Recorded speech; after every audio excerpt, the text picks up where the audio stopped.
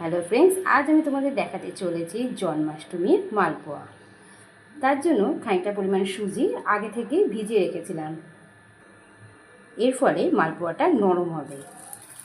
এরপর এর মধ্যে দেওয়া হলো খানিকটা পরিমাণ ময়দা, পরিমাণ মতো চিনি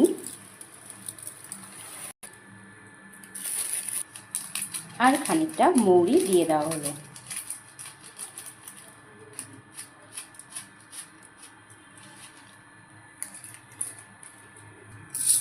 এরপর জল দিয়ে ভালোভাবে মেখে নিতে হবে।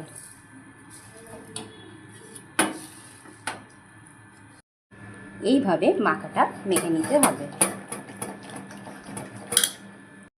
এরপর কড়াটা গরম করে কড়ার মধ্যে পরিমাণ মতো তেল দেওয়া হলো। এইভাবে মালপোয়াটা ভেজে নিতে হবে।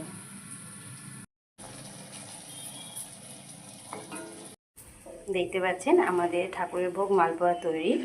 খুবই সুন্দর মালপোয়াটি। যদি ভালো লেগে থাকে তো ঠাকুরকে ভোগ করে নিবেদন করবেন।